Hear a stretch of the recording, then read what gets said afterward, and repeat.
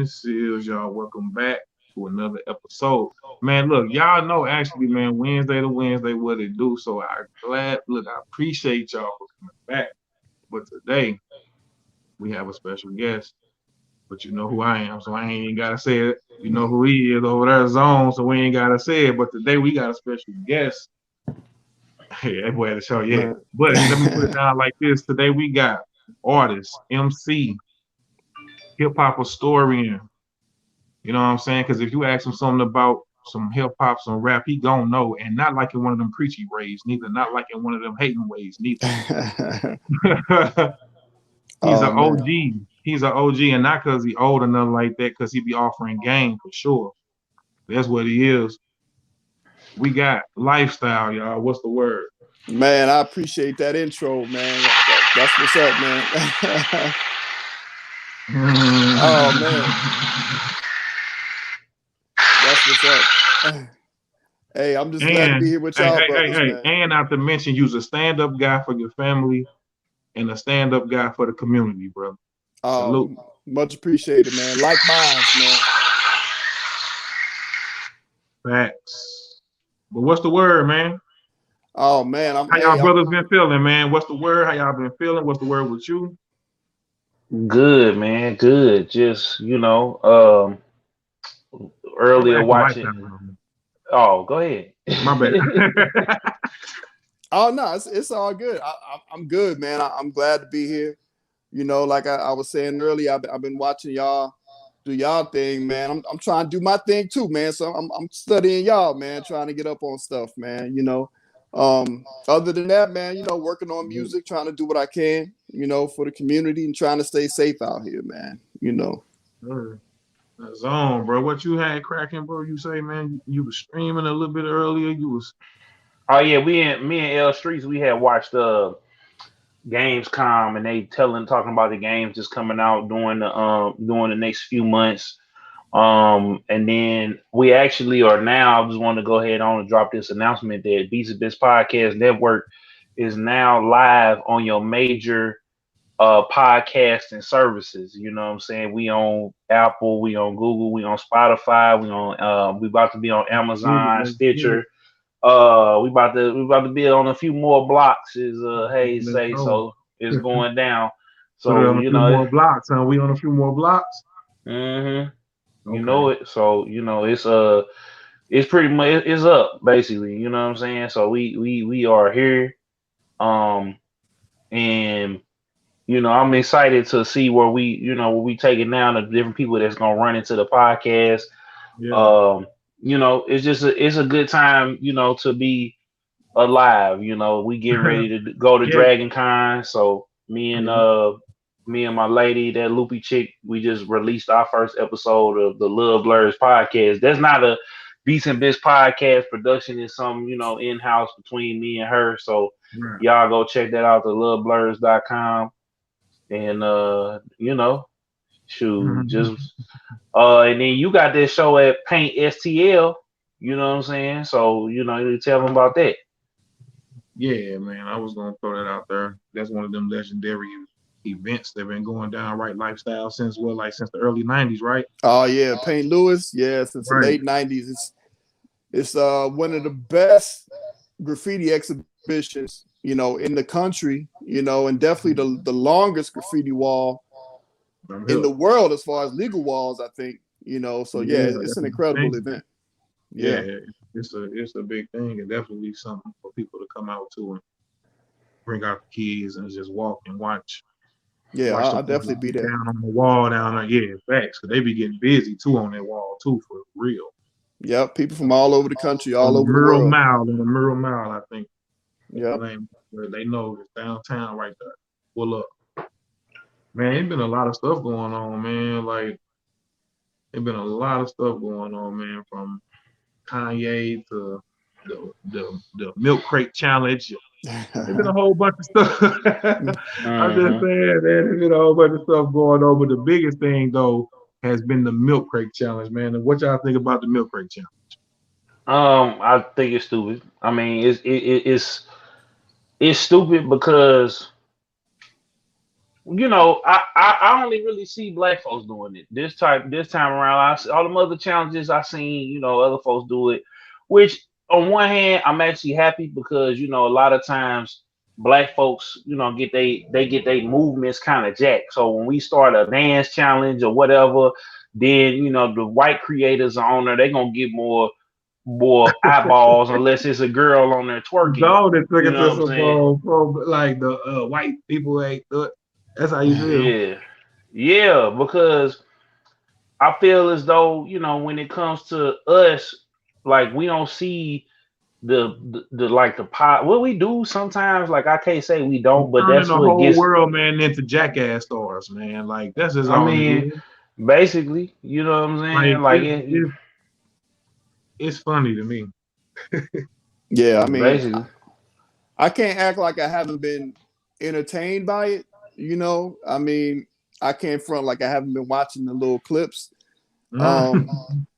it's just not something I'm interested in participating in. It looks kind of like people be getting fucked up. You know what I mean? But That should be you having know, me rolling, bro. I was so one man, night, man. I was bugging up so hard at so many videos, bro. yeah, For yeah, man, me, I don't take it that deep like that. I just look at the stuff, laugh, and move on.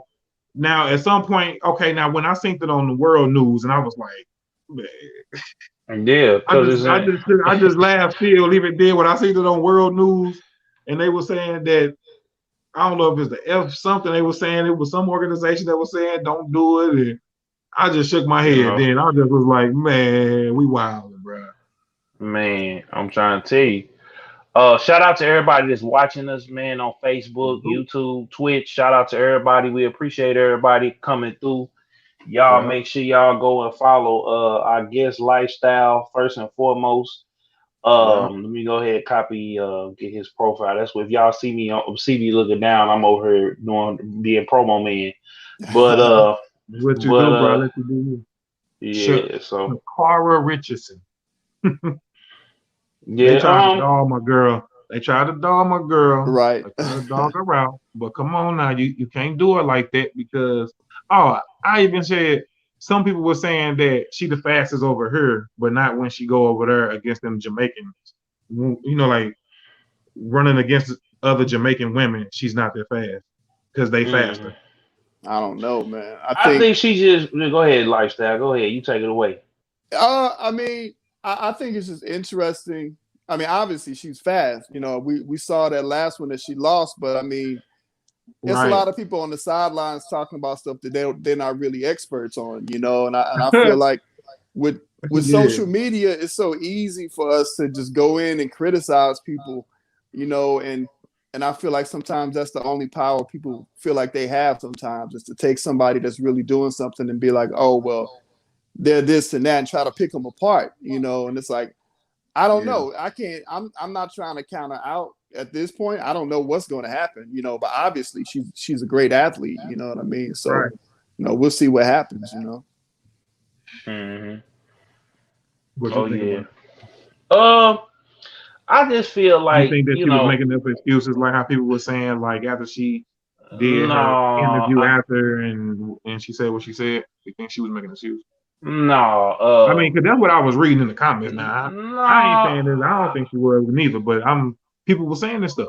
People kicking her while she down. That's just all it is. That's what it all comes and boils down to. Basically, yeah. Is Basically. that when you had this young lady, she made a grave mistake. Well, I ain't gonna say a grave mistake, but I'm gonna say she made You put her down. I mean, it was a grave mistake because when and I say this for myself, like I've made grave mistakes. I've made and some of which I have shared on this platform. Um, but I'm just not in the. I never jumped on the train of she shouldn't have been smoking or whatever the case is because Michael Phelps went through the same thing. So it's not a black Right. or a white thing. It's Right. that black folks just need to learn that rules are rules. We want to bend and break other folks' rules when we can go and make our own Olympics. We can have our own award shows, and we don't treat that as well. And that's just that's part of the program or the agenda for black folks, and we steady fall into it. So we can make our own Olympics where you can smoke or drink or whatever you want to do and not be uphold to them same Uh, standards. You know what I'm saying? Yeah, Like we make the problem bigger than it is. We complain about man. album sales and Grammys and all these different things, so we can support each other, especially black men. You know what I'm saying? Supporting, just supporting each other, just honoring each other. Like especially in this social media age, it don't cost nothing for you to follow or like or share, or you know what I'm saying. It don't cost you to just be decent to your fellow brother. Like it don't cost you nothing to do that, but we act like it's so hard. And I feel like, some people will say, well, the quality or whatever the case may be. But here's the thing though, that may be true, Yeah. but how else are we gonna be able to get things off the ground if we not supporting or we not helping each other, even in the beginning stages, in the stages that we trying to get it off the ground. We using what we have. We might not have all the money. We might Yeah. not have all of the other things that may be going on, but it's like, you know, it's Well, just do you think even when you putting all into it and whatever that you expect to happen don't happen, do you think that that's just because the laws of nature, or it be because you're not doing something harder, or you're not going harder, you ain't spending enough money here, you ain't grinding enough harder, you ain't doing something, or I is it think just be the laws of nature sometimes? Like it just be what it is. Like it is what it is. yeah, I mean, and then sometimes you gotta stay down till you come up. Cause I Yeah. was listening to Joel Osteen. I know he's not black, but I listen to him. But Man, what they had to do? no, we talking I about actually black like right his now. style preaching But though, yeah, man. Because yeah, me too. I told you that once before though. Because and Yeah, then when I say that, my people for sure was like, "What?" And then man, and they was like, "Man, what you like?" I was like, "I like yeah, that he." I'm like that he like giving motivation with the Bible stuff. Like you know what I'm saying? yeah. A lot of But people it is what don't it like him. is. But Yeah. he was I speaking just on this listened to it morning. though. I just listened to it. I ain't, you know. Yeah, he was speaking on basically just saying like What do you say? he was just saying like, are you gonna have faith and kind of let it go? I think what happens is we don't have faith that in our own work, and we don't have faith in God enough to where we'll do something and just put it at His feet and keep going. I think we too hard on ourselves. It's people that I know that what I'm saying, that are artists that like they complained for years. Like I'm talking about years upon years upon years upon years. They felt like they was getting snubbed. They felt like they wasn't getting no type of love. They wasn't getting no type of recognition. Did they ever And make it? now, well, one of them, shout out to my producer, one of my producers, man, Nasu Fuji. He did Girls Feelings. He did FTN. He did a couple other songs that are unreleased, that I featured him on my blog. He worked with the homie Chris at SJE. You for sure Worked with said that like we heard them songs before. Yeah, yeah. I mean, I'm You telling you, said well, that, I'm thinking like I heard the song before, man. you done heard the song before. I just said it to you. Done heard both of them. Okay, Them well, shout the out to the team. Shout out. But shout out to Nasu Fuji because Yeah, he getting thanks. featured in No More Heroes, and that comes out, I believe, Yeah, this Friday on the Nintendo Switch. So you know what I'm saying? Like he went for so long making anime, video game music, and he was getting kicked off of the streaming platforms and had to re-upload. He was getting kicked off of Instagram. Folks was hating on him, and now he really getting ready to see the fruits of his labor. You know what but I'm he saying? didn't stop though. You know what I'm saying? Through all what you just said, he didn't He stop. didn't stop. I think Hmm. y'all both made some really good points. Um, I think one thing to remember back to what Wazone was saying is that really everything that Black people do is done within a framework of something that white people created. So it's like everything we do, eventually they're going to figure out a way to exploit it and to profit off of it more than we do. Right. So the way that I've always tried to look at things, especially as an artist, it's like, yeah, you can deal with the framework that we already have, and whatever you get out of it is good, but at the same time, we should always be looking for alternatives. As Black people, that support thing, it is important, and it's not just supporting for the sake of supporting. It's supporting Right. things that you really believe in, things that you like, that you want to see succeed, and putting Yeah. your energy, your money, your talents towards those things, no matter what the larger structure is doing. Because the thing is, if we look at history, if we look at every music that we've created, they always front on it first. They always look at it and be like, oh, well, this is trash, this is jungle music, or whatever the case may be, until they figure out a way to, one, exploit the black people that are doing it, and then two, find white people that can do it to replace the black people. And so when we work in those frameworks, we're always on somebody else's clock. Like they tell us, again, they never know, but once something turns hot, they start telling us when it's not cool no more. They told us when breakdancing supposedly wasn't cool no more.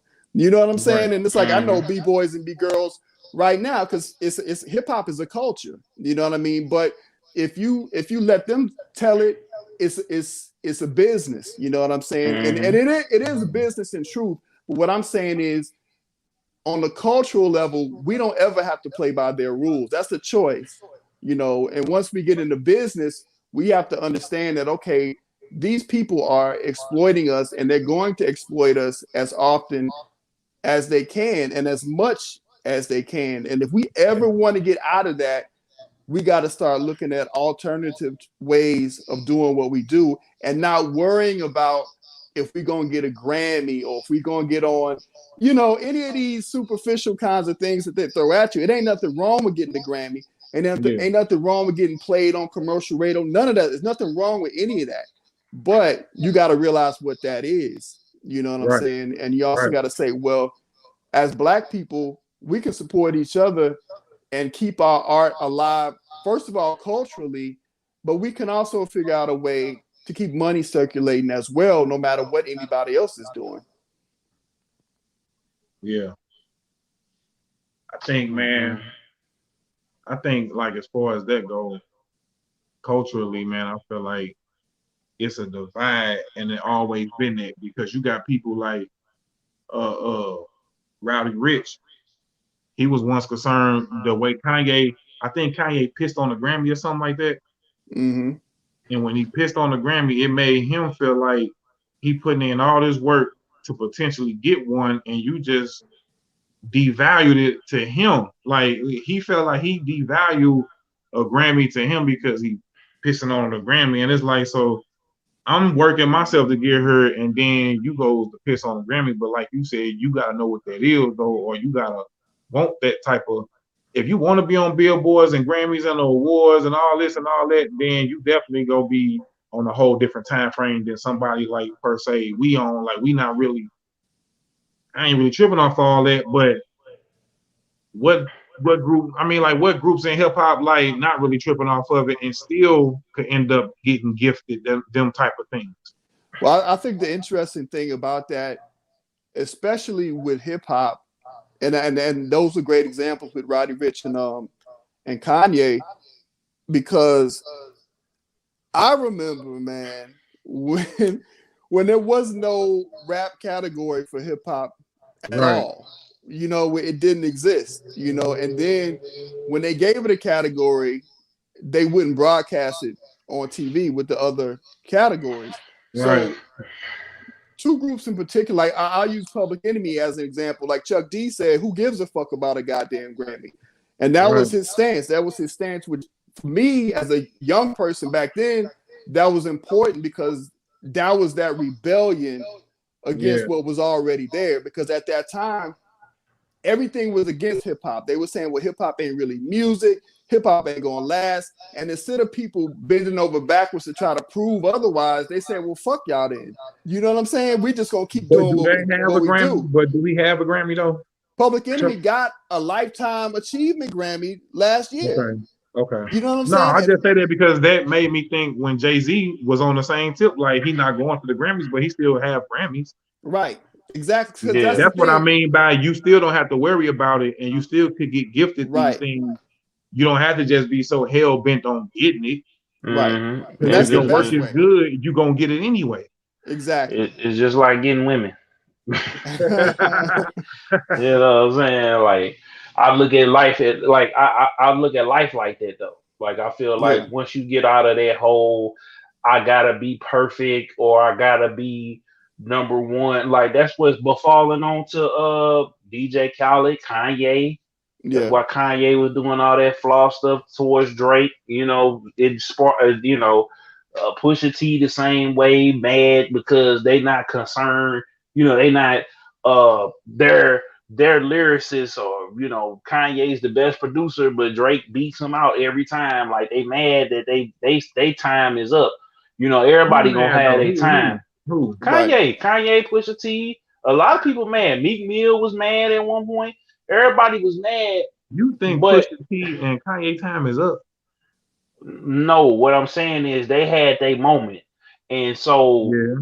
your moment only lasts as long as you consistent. Drake never took a break. Drake, he didn't lost family members, he didn't Yeah. lost friends, he didn't broke his leg multiple times. You know what I'm saying? It's a lot of he got a lot of allegations thrown his way and all of that. But as far as we talking about the music, Drake gonna come with it each and every time. Then he gonna go to different genres on you. He Yeah. gonna do a pop song.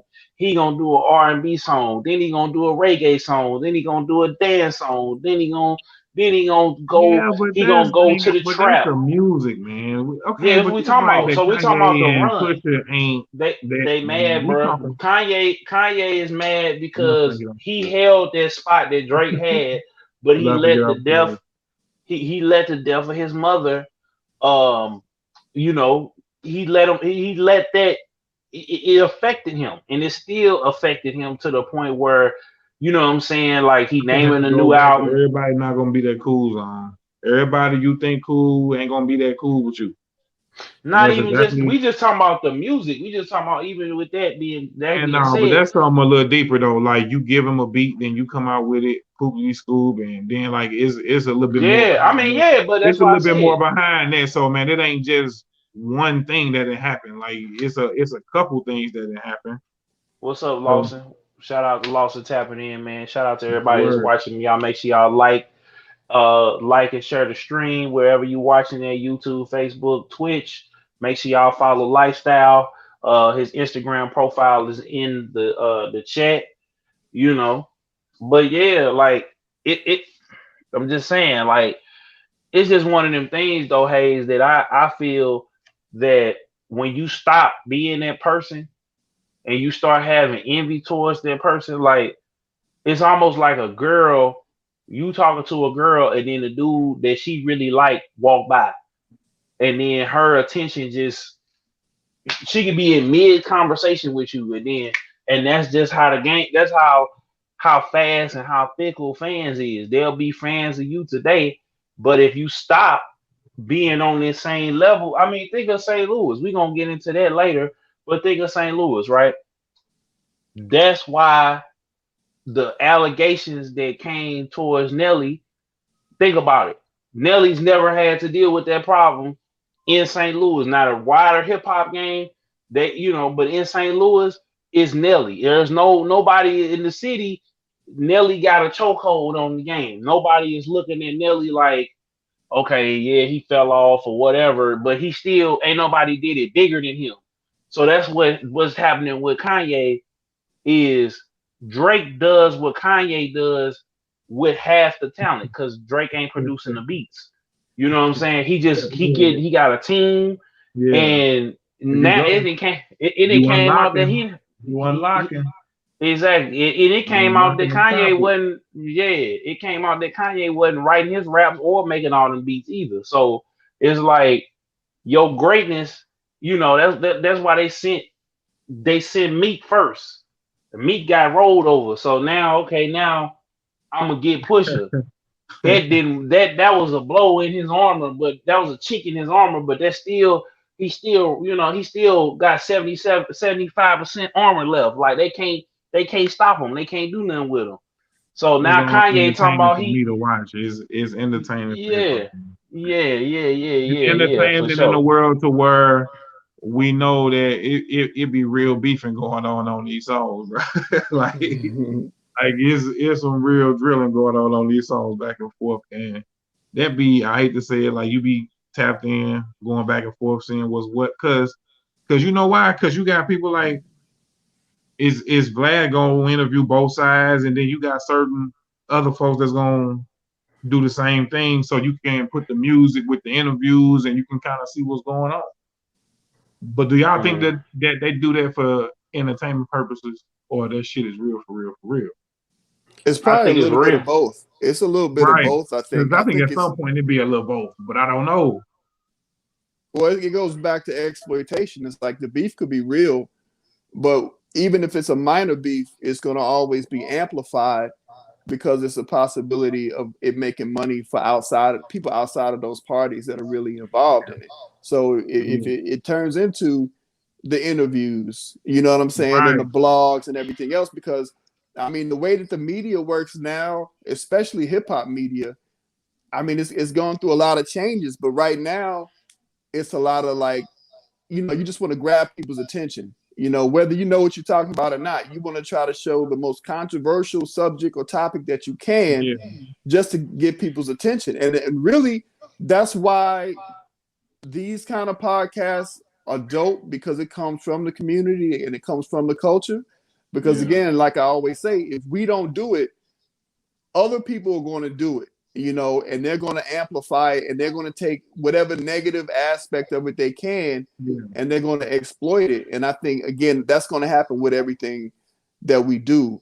And I think a mistake, I was having this conversation earlier today, I'm gonna be brief, but I think, you know, we kind of made some mistakes in the years past when you know, beefs that were more serious than this Drake and Kanye thing, when we Right. tried to make it seem like, oh well, that's just a part of hip hop, or that's just a part of the culture, Mm-hmm. and the whole battle thing, when it's like, yeah, there's always been battling and competition in the culture, but as far as, you know, certain things that may be personal or a little more street oriented, and trying to bring that to the forefront to just to prove how real you are, I think we made some mistakes on that level, because now people think that, you know, you gotta portray yourself a certain way and back it up a certain way, whether that be your money, the material items you have, the level of violence you're willing to take it to, all of that stuff.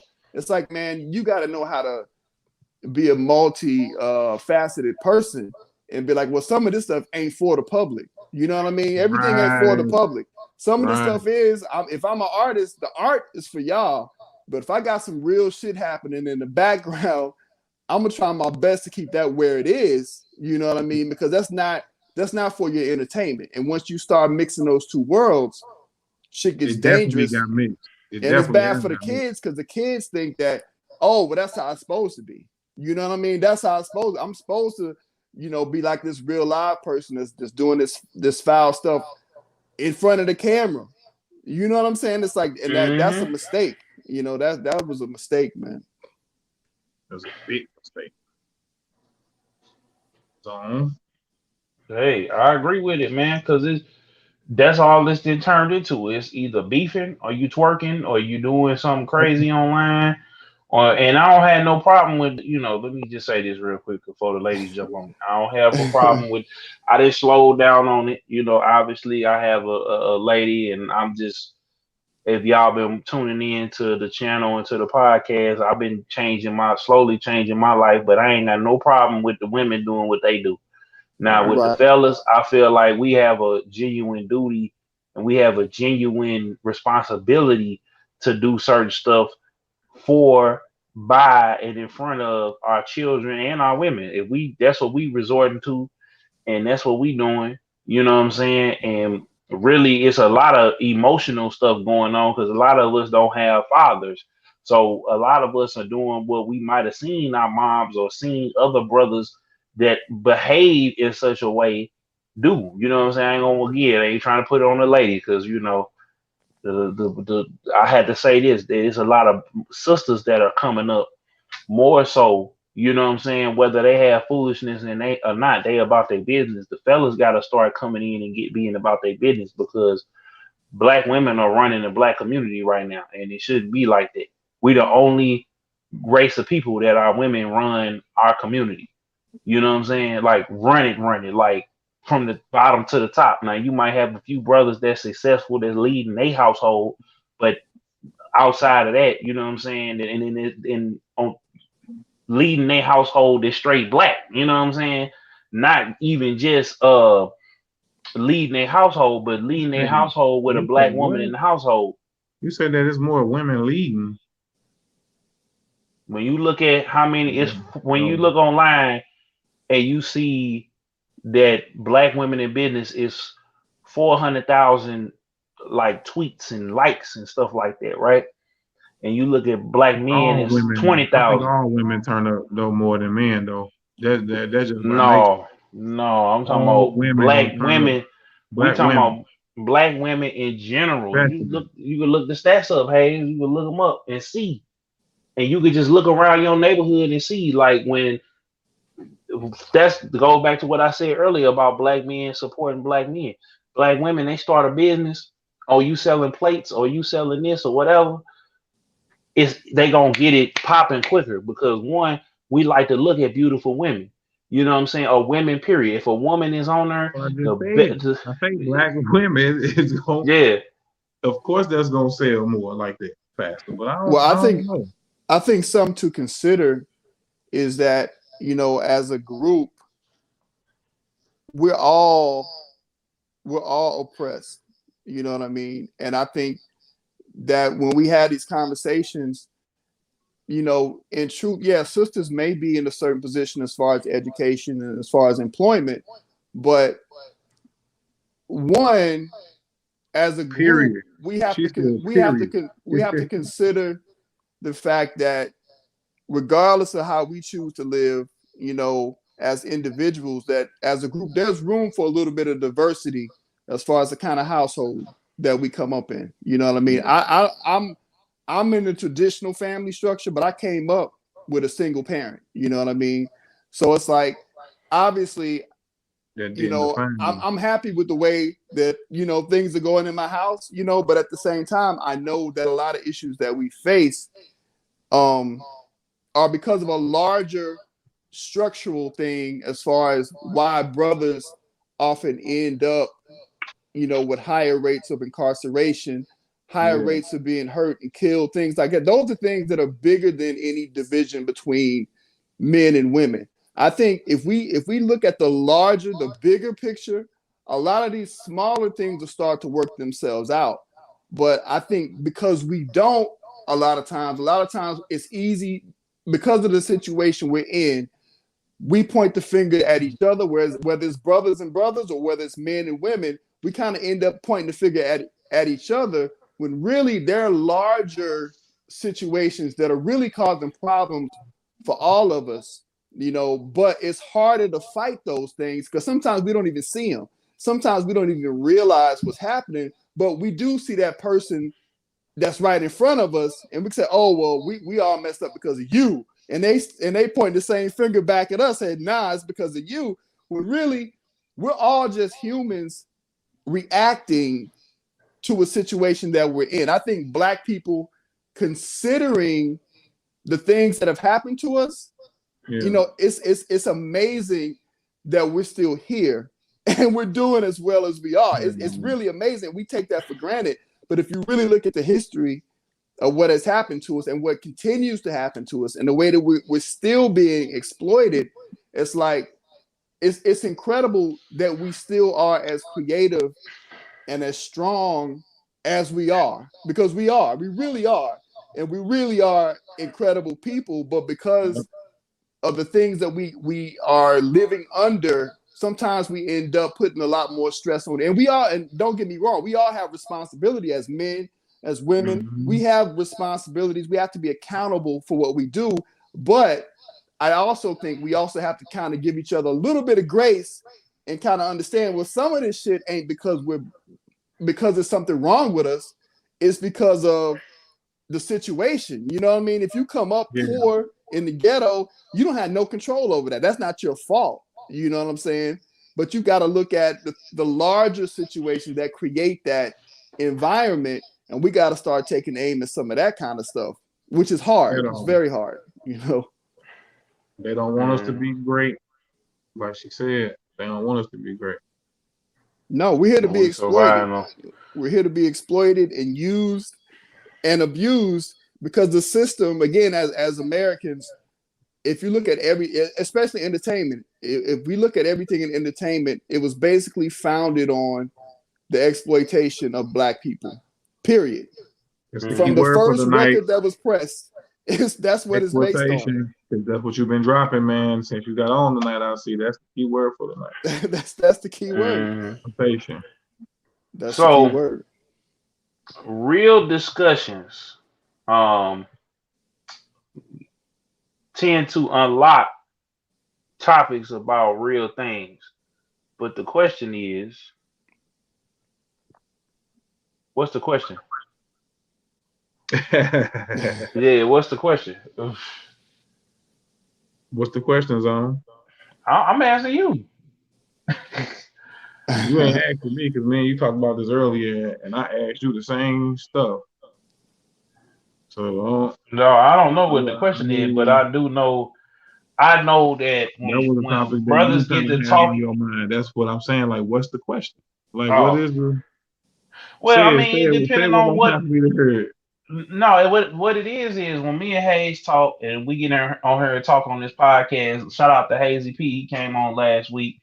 Yeah, And I'm pretty KCP, sure what up? we gonna do it with lifestyle here on the podcast today. we When we just talk did shit, it actually. we just did it, so it opens up a larger conversation Right. that that needs to be had. We started off talking about the challenges and then the rap beef and stuff like that, and then it led us to talking about why these things transpire. So So that's it's not pretty. really a question; it's a thing. Like it's a feeling. Like Yes. it's so or it's not or, really a or question.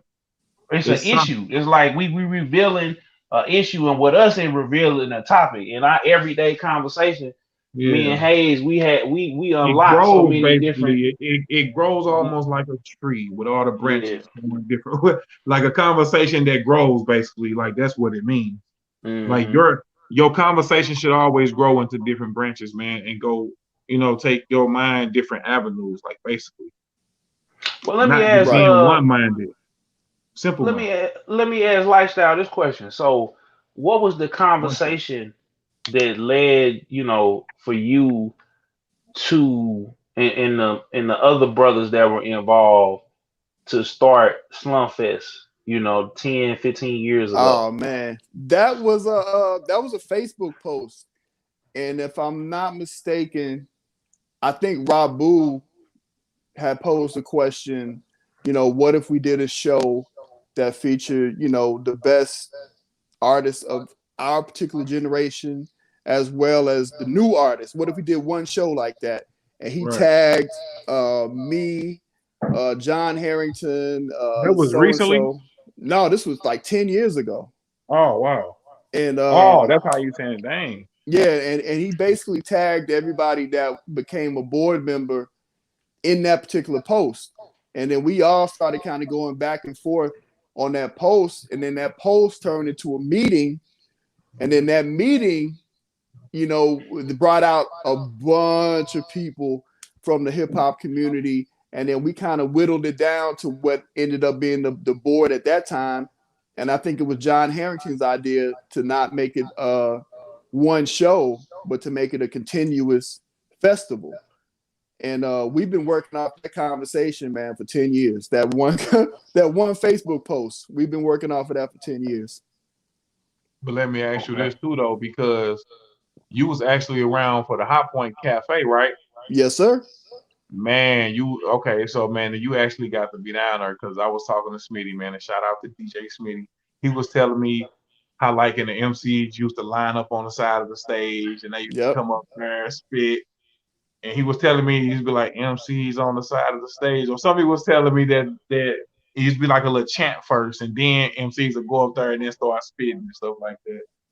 I Yeah. always I heard about the High Point, but I ain't never get a chance to make it down there. But I know kind of like that group was the same group that came over later on to the South Side and the Blank Space and all that. Like that's where that little vibe came from, right? A lot of the same people. Yeah, around that Yeah. time, the High Point Cafe and it was a weekly event called The Science at Blueberry Hill. And What year was that exactly though? Like the High Point Cafe, like that was like I'm trying to think of when the first year was.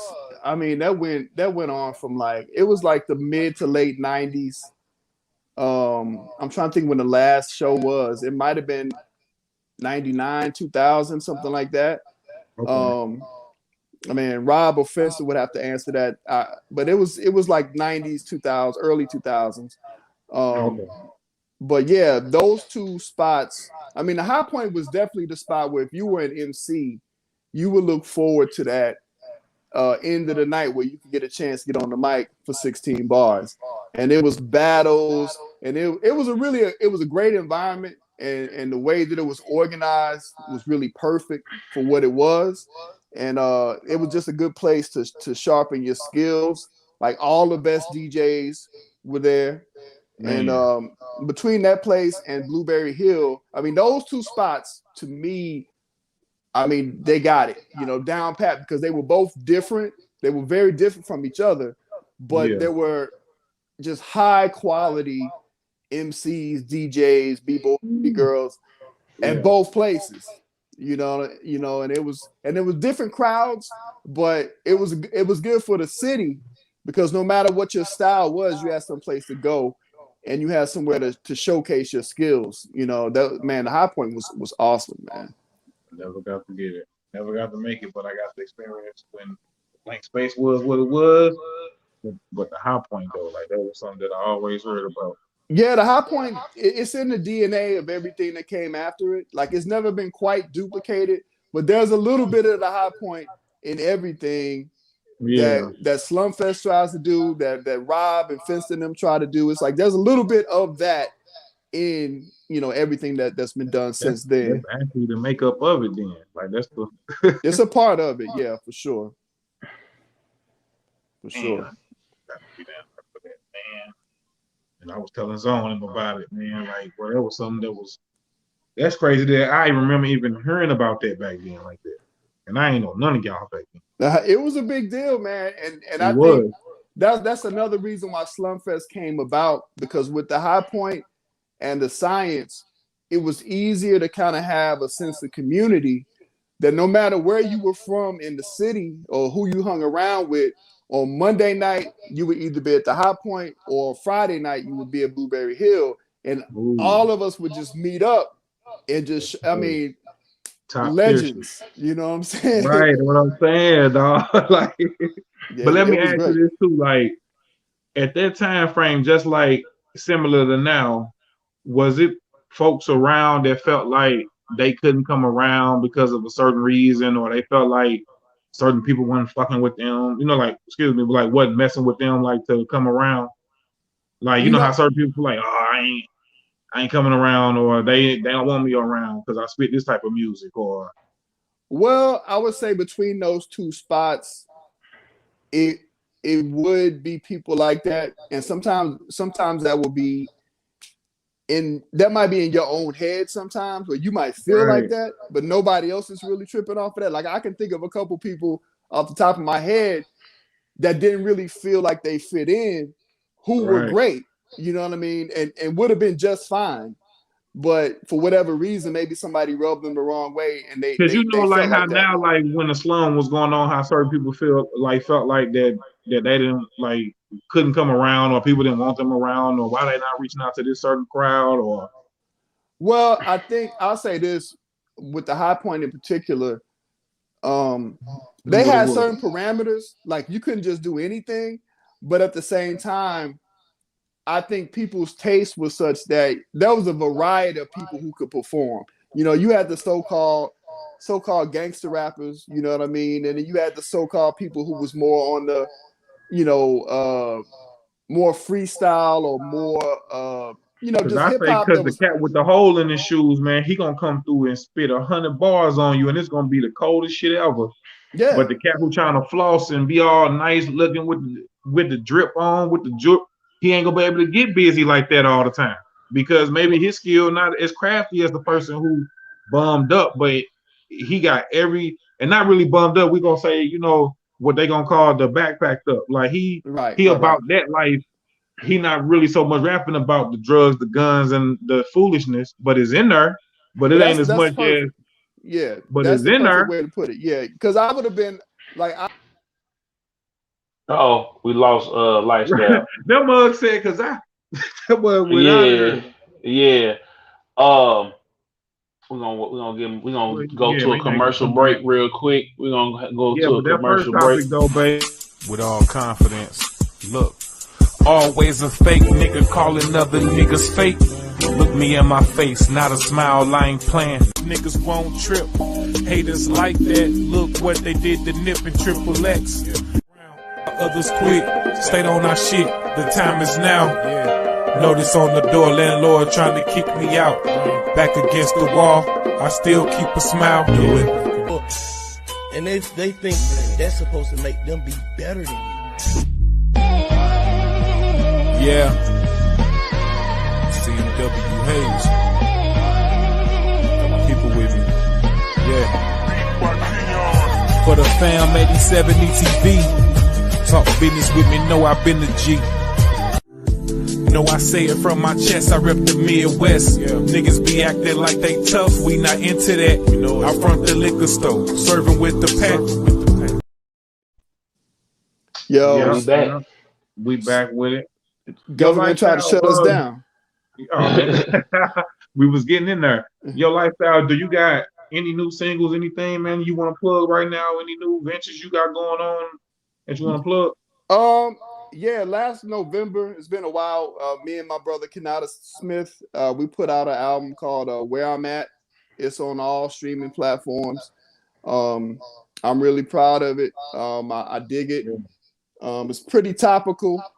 I just put out a single called Peace that's available. It's really only available on Bandcamp right now, but it'll be on the other streaming platforms soon. And if you follow me, you'll get all that information. I'm also working with an organization called Black Men Build with Tef Poe, Corey Black, a few other brothers.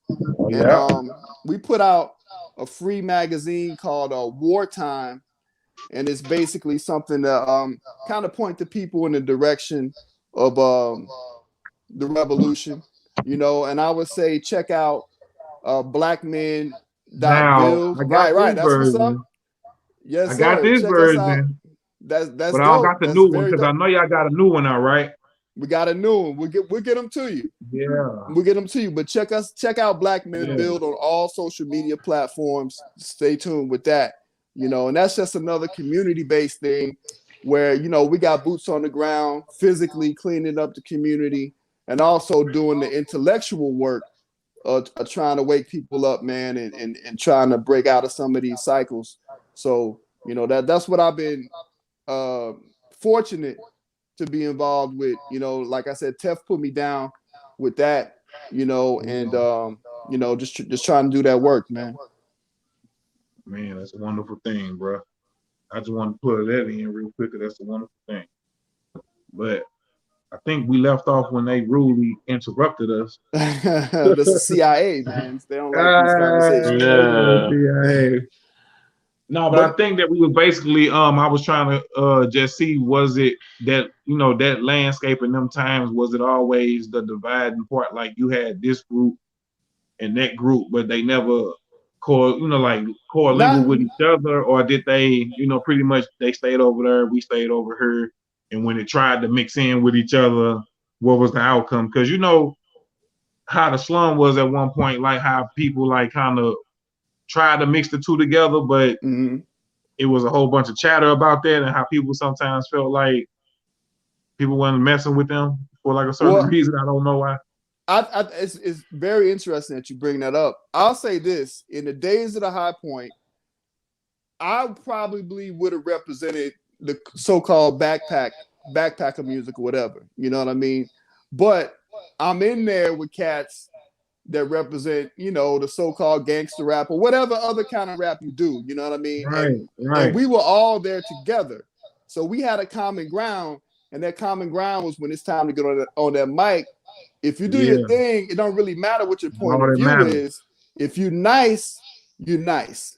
You know, and then same thing for Blueberry Hill as far as the size. It was the same thing, even though I would say the High Point kind of leaned a little bit harder towards the street, and Blueberry Hill kind of leaned a little bit harder towards the so-called backpacker stuff. But it was all hip hop, and you would find all factions in both places. Yeah. And I think the division happened more outside of those scenes than within that scene. I think the Right. people who were making stuff who really didn't know about those spots, or they didn't really care about them other than getting on to perform maybe one night, but they weren't regulars. I think they may have had a different perception of what was really going on than what was actually happening. Because I think for what it was, the High Point was a good place for you to rhyme, no matter what your style was. It was, if you were good, you were good, period. And I think with Slumfest, That's how I feel, period, though. yeah, me too. But I think with Slumfest, we wanted to achieve that as well. Like our goal was to have really the best artists we could find in St. Louis. And I think for people who felt, and even outside of St. Louis, but people who felt excluded, it was never something where we were trying to front on anybody. You know, we were just trying to have we are just trying to have the highest quality possible. Now, it's sometimes people might slip through the cracks, so people don't catch our attention. You know what I mean? But it's not like we're trying to exclude anybody. You know what I mean? Well, let me ask you this question, because I seen was like there was, I don't know, because I witnessed it on both sides. Like, why wasn't like the media allowed to really rock? Because I see a lot of outside bloggers, and then I see also a lot of people who are like, you know, hangers on, and we're gonna get to that topic in a minute. You know, why wasn't the media presence really felt there, like chronicling all of these things? Because it's a couple people, like I said,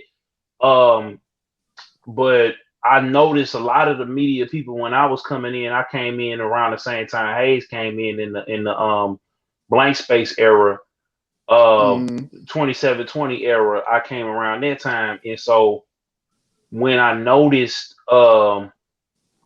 I just noticed it wasn't really that much of a media presence. I mean, like, was it a media presence lifestyle back when you was? I mean, like then in the there was Hill, like was it people like really capturing the moments? And there was some media, but it would it was inconsistent.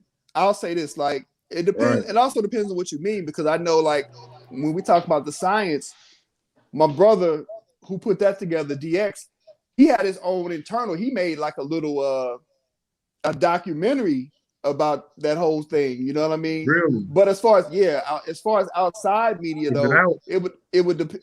Look, it was like a limited. It was a limited type of VHS thing back in the day, man. We'll see it. I'll get it to you.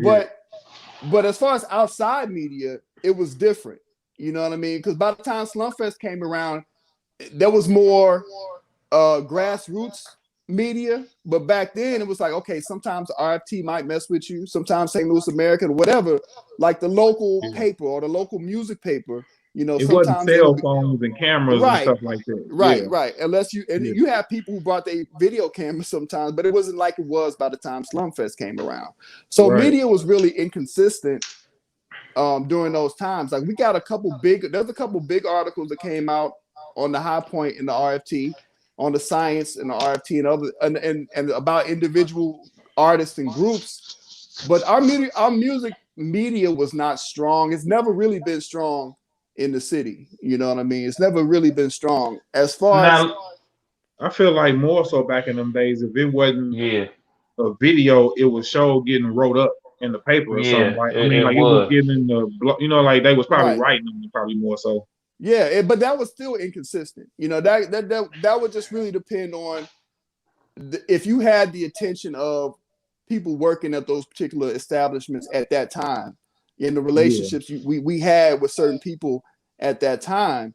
And I would say with the advent of Slumfest, the difference is, as far as we want to talk about local media, it's communication. It's getting in touch with the right people about getting on the inside and chronicling things, because we had a couple people on our team that were working on that. But as far as people outside of that, that's more or less a formality of getting in touch with the right people at the right time. Because as far as I'm concerned, I'm open to that. You know what I mean? But sometimes you might have an artist that's trying to do their own thing, and it's like, and they want to bring a whole team of people through, and just for logistics and money issues, we couldn't always do it like that. But as far as like straight up media, we've never been opposed to that. That's just more or less a conversation that needs to be had. Maybe we didn't always have those conversations.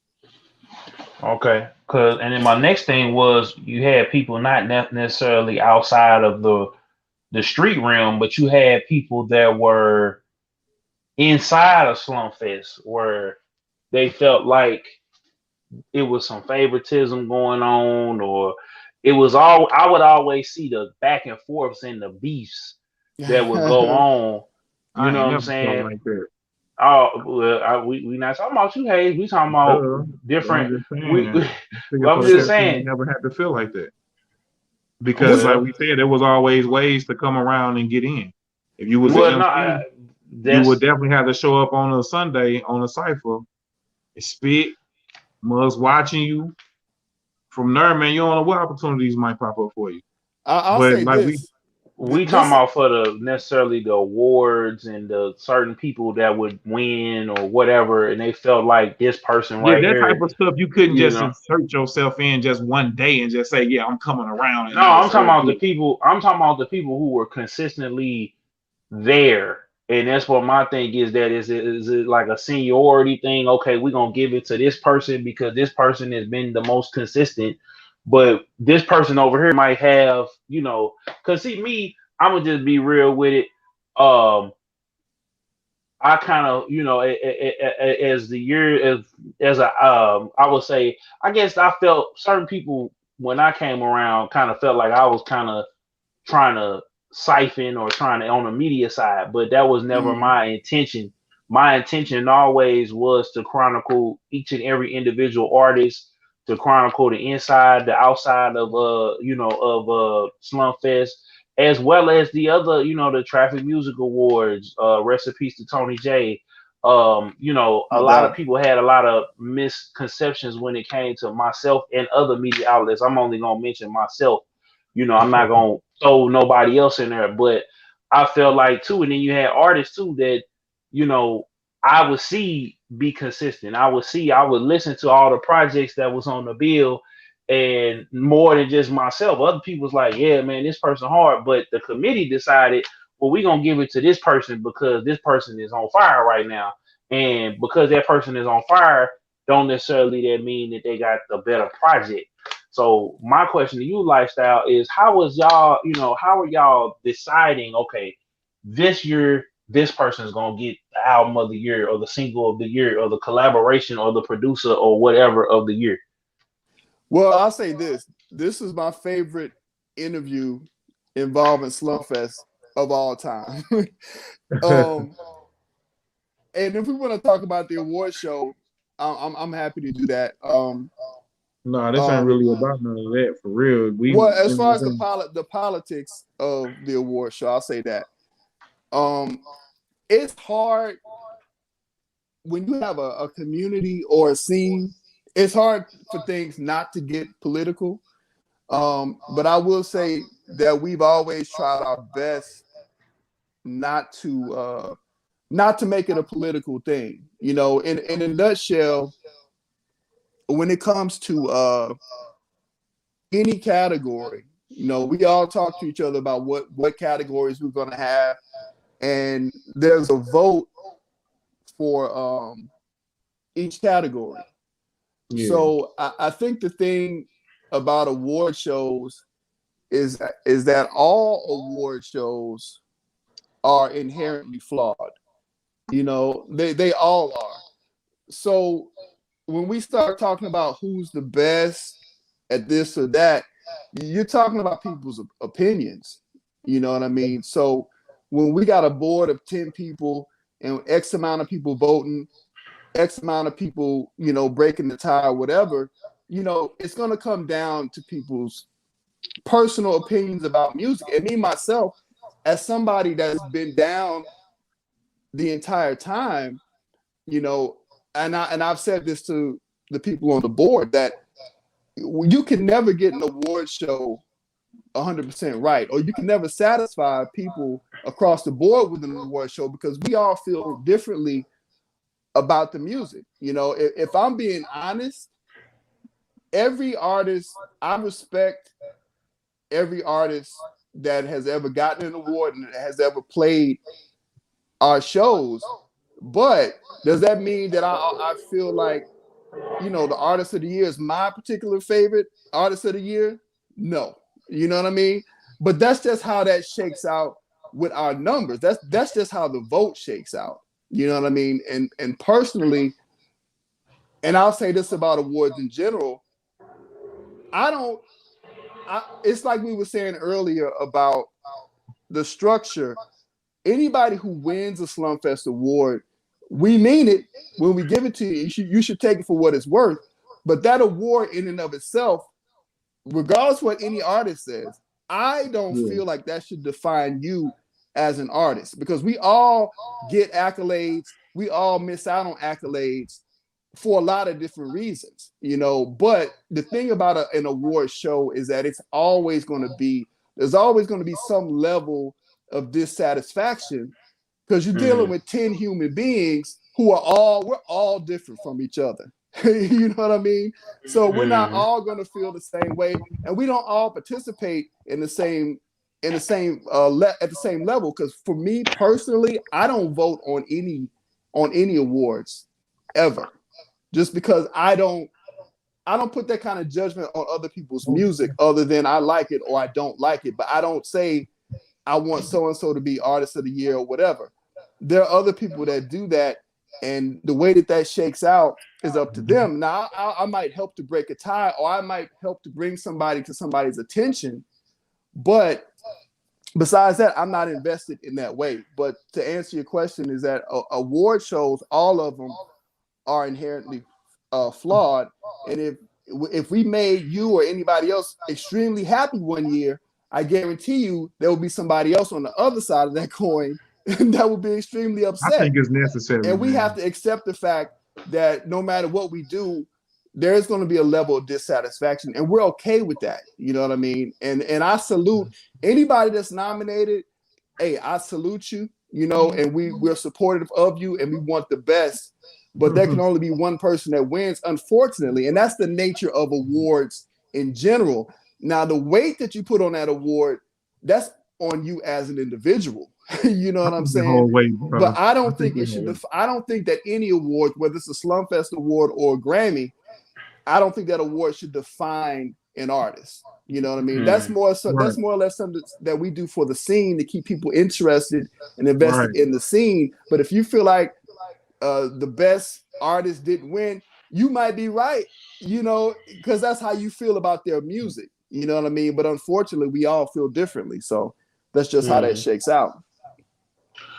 I feel like it's needed. I feel like Slumfest is still needed till today, because I feel like we'll be back once we get through this pandemic. Right. It was opportunity, because that's what I used it for.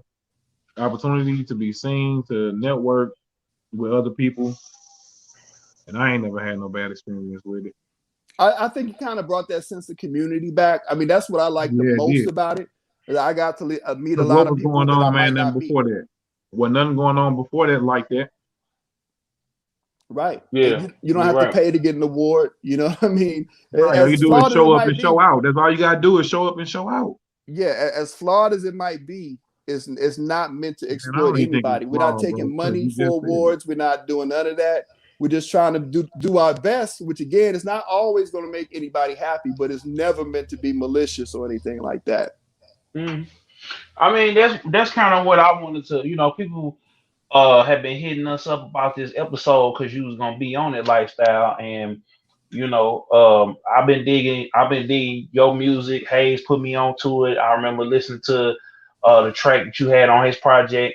And you know, see, for me, I just like to have stuff documented so that years from now, when people ask about Slumfest when it's back in full swing and everything else like that, I don't Right. really, you know what I'm saying? And at first I kind of felt some type of way initially, but Uh-huh. just like you said, But you're not an lifestyle. artist, though. You're not an artist. No. I'm talking about as far as the media side, because I felt like the more, Oh, and that's what we're gonna get to in the next topic. Why do we feel like, like well, you're the not an artist to feel. no? I'm talking Media could about. always I'm come talking in and bring their cameras and stuff. I no, but never, it's a me different, but personally, it I ain't never seen nobody get turned down for walking in with no camera. no, but it's a difference between the artist, the Now, award maybe if show. you saying you personally, Let me you let me felt fin let me personally, finish. Hey, let me finish. What I'm saying is I notice a disconnect, but not just with Slumfest, but with artists in the city in general, which is gonna Mm-hmm. play into this next topic that we have on the docket.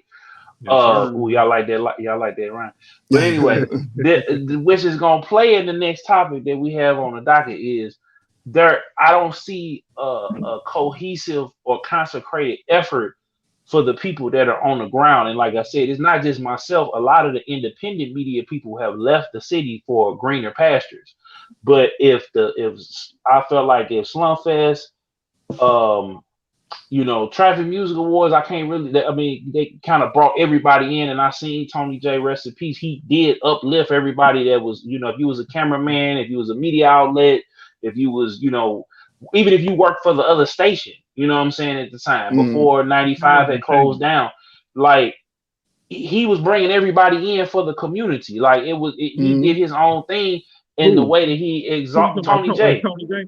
Yeah, but Yeah, that was a Tony. different time frame too. Like, man, some But hold cell on, phones but wasn't it's the being on. same. Like, But it's the same thing though, Hayes, because this is I, a I this is actually a feel like the same amount of media was around. There was people around, no, but dog. it's Like, not. But it's not now though. It's like okay, well, you if can't I'm put that cool. on actually that. You have to say No, that I'm talking about. that's I'm getting. Let me get the to it, whole Hayes. thing. I'm finna break it Go down to you. ahead, dude. All Is right, go ahead. that if there's a because I feel like there is because I've seen certain artists, and I'm not gonna say nobody's name just out of respect.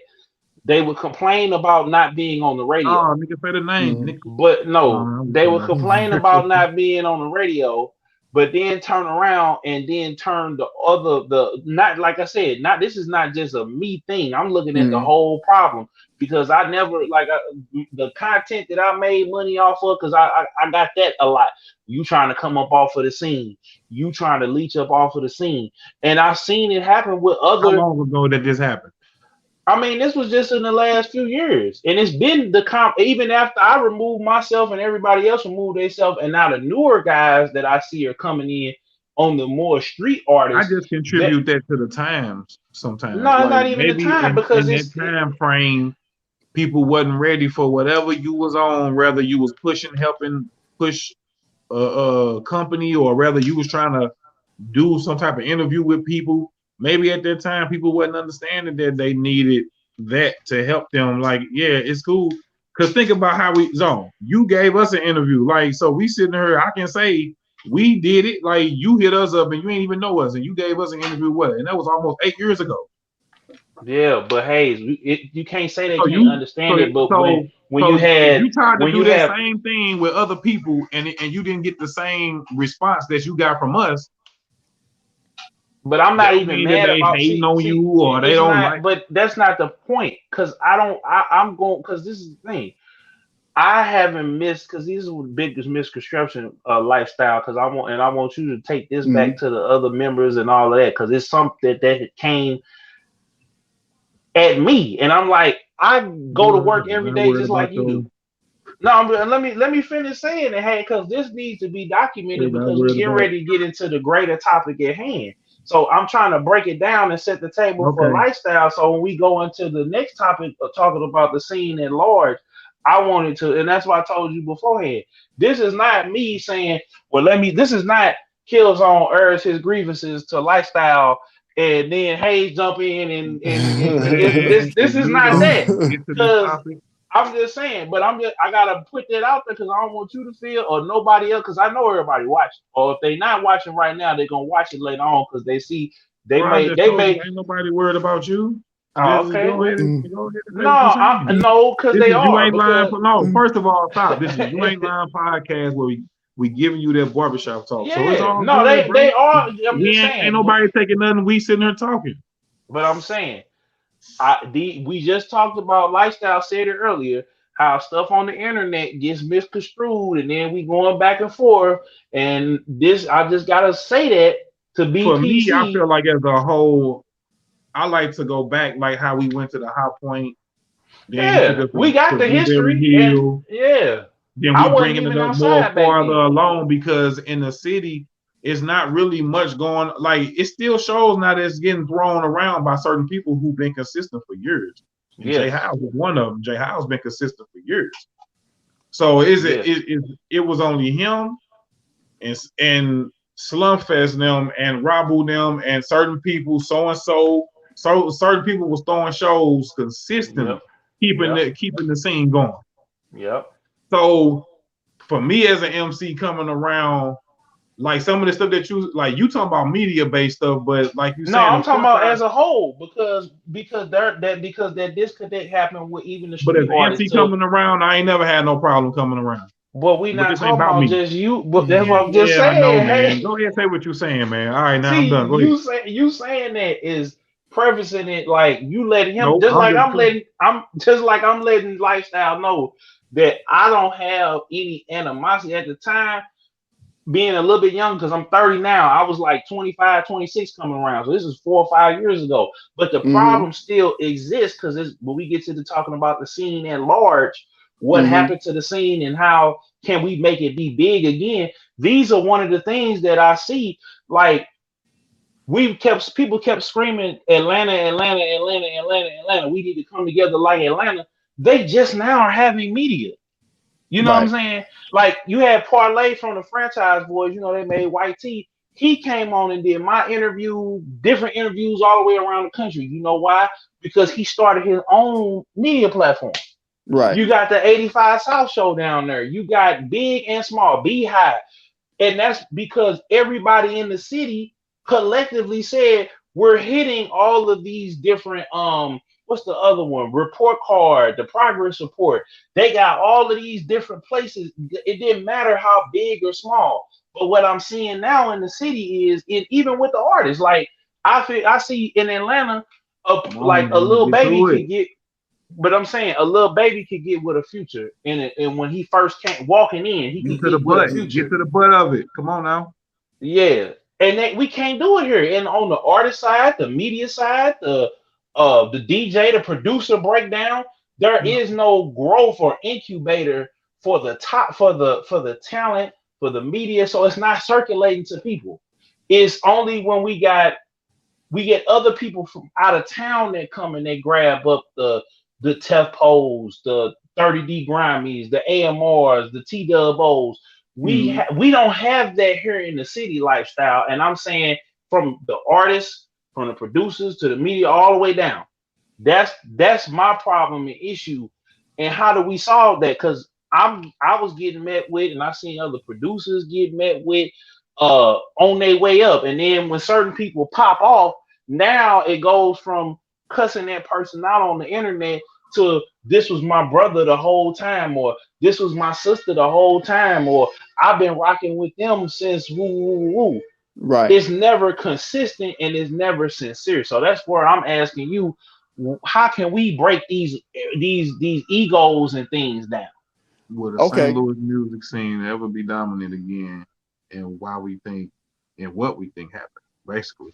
That I just explained to you what happened. Okay. But Well, Lifestyle Egos. was gonna answer his question, so let him But answer. go ahead. Go ahead. okay.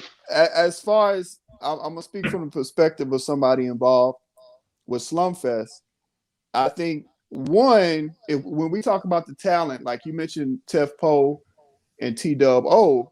Now Tef is somebody that I've known for a very long time, and I know that Tef is definitely his formative years. He was a little young, but he came out just in time to catch a glimpse of um, the Science of Blueberry Hill and the High Point Cafe. Him That's and in his Nato DNA. Khalif and a lot of people that were in their crew at the Shout out time. Meadow.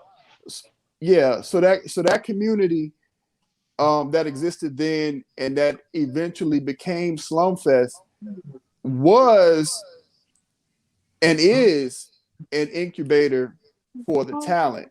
And I would say if we look at Slumfest, the events that we do, whether it be the award show, the pre-show, or the actual festival, it's more diverse than any other hip-hop platform as far as different kinds of hip-hop. It's more diverse than anything I've seen, and I've been going to shows in St. Louis and around the country since the 80s. You know what I mean? And a lot of places, it's either the so-called street stuff, or it's the so-called backpacker stuff, or it's something else, or it's spoken word poetry or something. You know what I mean? But with Slumfest, I would say more than any other entity, we encompass as much as we can. Now, does that mean that we get everybody? Probably not. You know, because again, when was the last show? Like it was before the pandemic? Like it was in 2018? Yeah. Right. Because I know y'all So, didn't. No, was but 2019? was 2019, yeah. Right, yeah, So, 19. but if you look at who actually performs, and I do the schedule for Slump, so I know who performs. If you look at the actual roster of acts, I mean, that's every kind of MC that exists. Is it every MC in the city? No, but that would be impossible.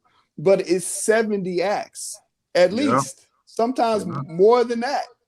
So when you put 70 groups on, and it's from every faction possible, then I mean, it's not perfect, but at the same time, I've never seen needed that. and it's necessary. I didn't see that before us, and I don't see anybody else even trying to do that, because most people try to cater to one particular scene, and we never did that. We tried to be as universal as possible. That's our and that's the spirit of what we do, is to be universal. As far as the media, again, that's more of a communication breakdown, because when it comes to the events that we do, if it looks like it's going to be something that's going to be beneficial to all parties involved and something positive, we can talk about it. And again, if whether or not we've always been successful in doing that, maybe not, you know what I mean? But it's never personal. When we move and we have this conversation internally all the time, we try to do what's best regardless of how we feel about anything. We try to go according to what we know, as opposed to how we feel or what we believe. We try to act on things that we know. We try to be effective, and we try to be inclusive. As far as media, there's not a whole lot of opportunities with us, and because we only do so many events. So when we do talk to people, we try to make the best decisions we can, you know. And if that doesn't include anybody, again, it's not a personal thing. And it may even be a mistake sometimes, but it's never a thing of us trying to do anything that's contrary to the progression of the city as a whole.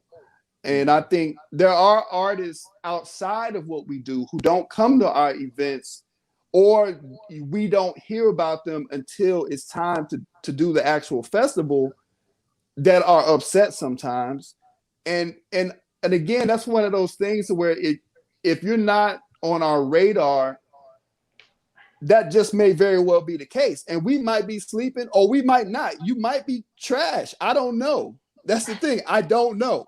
But whoever I know that's dope, I'm going to try to provide a pathway for them.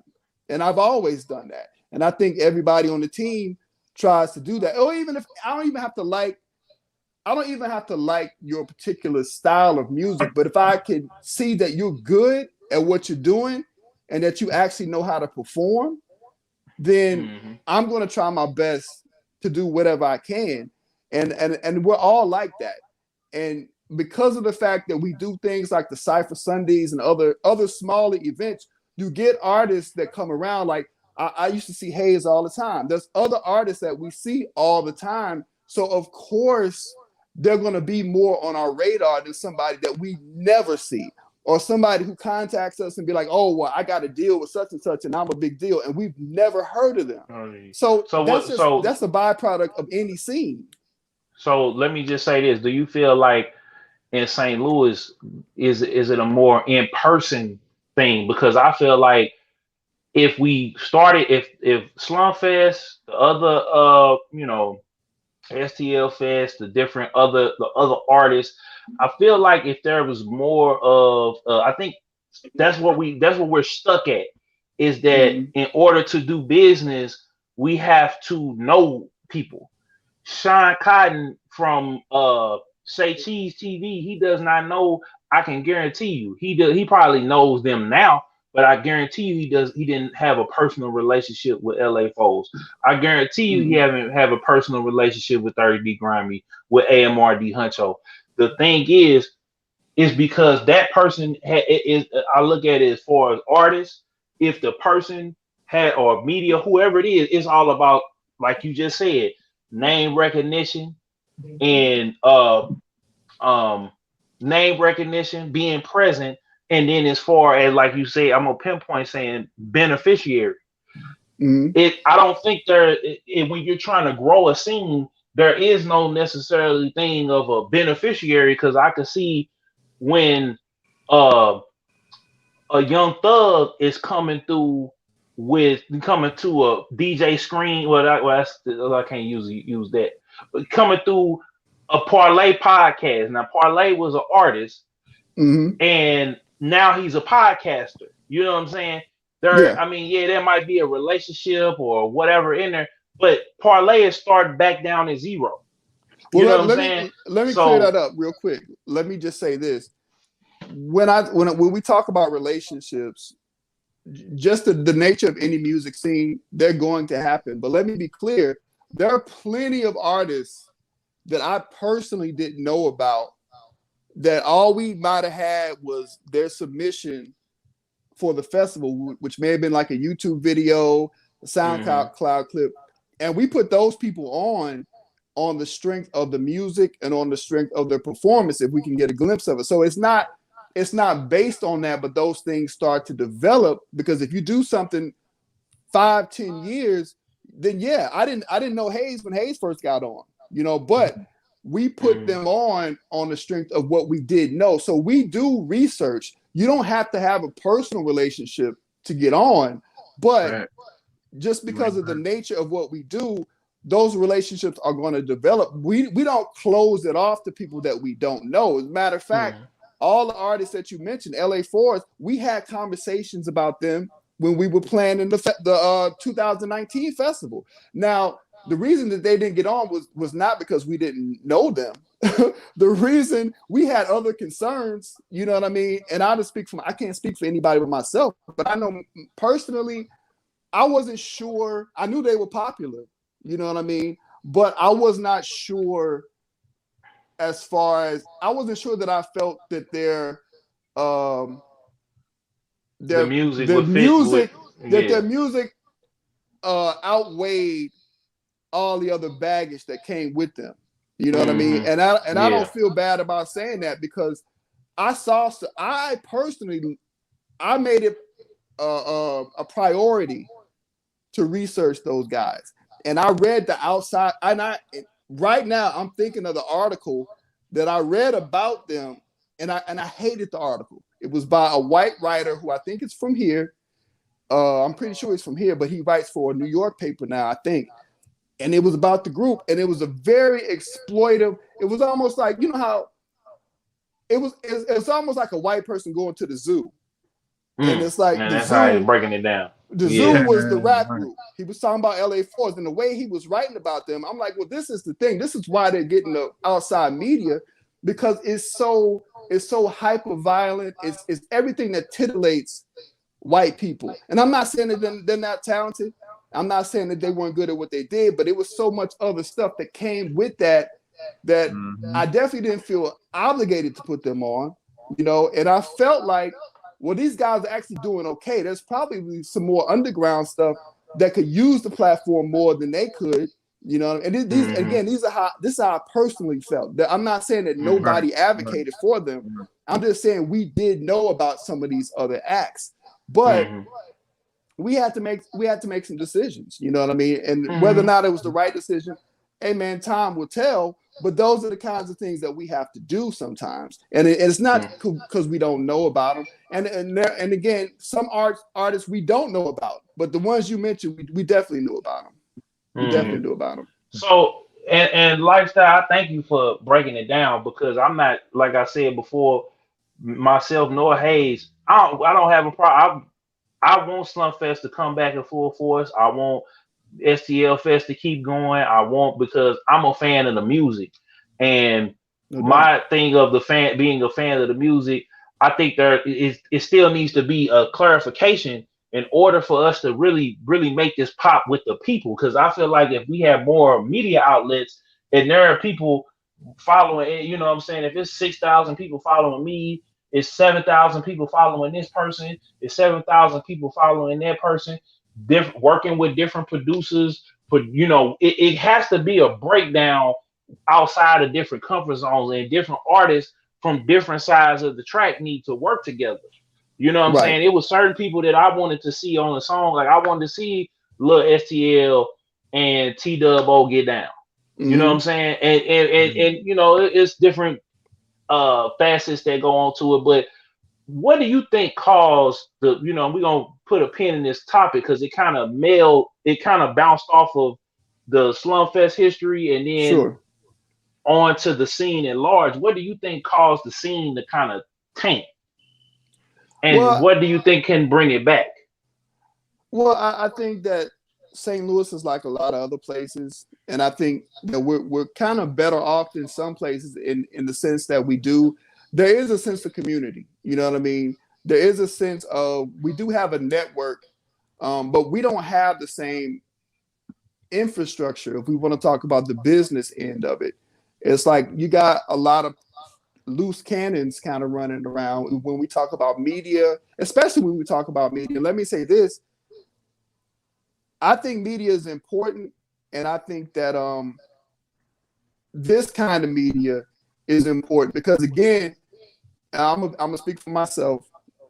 Some of the larger, more recognized media that we have, like the RFT, like St. Louis American, just stuff that everybody knows about, they don't really have people that are a staff that knows about hip hop to the extent that's other people might or care about it, and they never have, So when it comes to that, I'm all for expanding the type of media that we deal with because this is a living thing. So if we didn't, just because we haven't done it in the past doesn't mean we're not constantly trying to evolve and add on and do things the proper way. So the media thing, I think we can fix. I think we have to be selective still. We still have to deal with something that's going to be positive, something that's going to be, good for the community as a whole. And we just have to talk about it. But that's something that we can work on. And that's something that, can be improved upon because I think that that's important. As far as the people at large, that's kind of a tough thing, man, because I think you got so many people that don't know where to look for good music, or they depend on the radio, or they depend on validation from outside.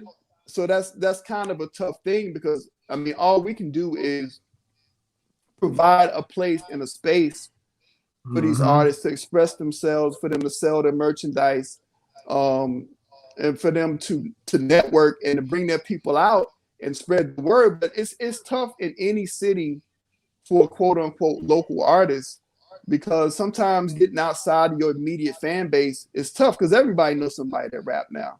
You know what I mean? So Mm-hmm. getting somebody to listen to somebody that they're unfamiliar with can be difficult. But I will say that I think Slumfest is helpful in that way because it allows, 3,000 people to be somewhere at one time, for a whole day, and you can see as much hip hop as you want.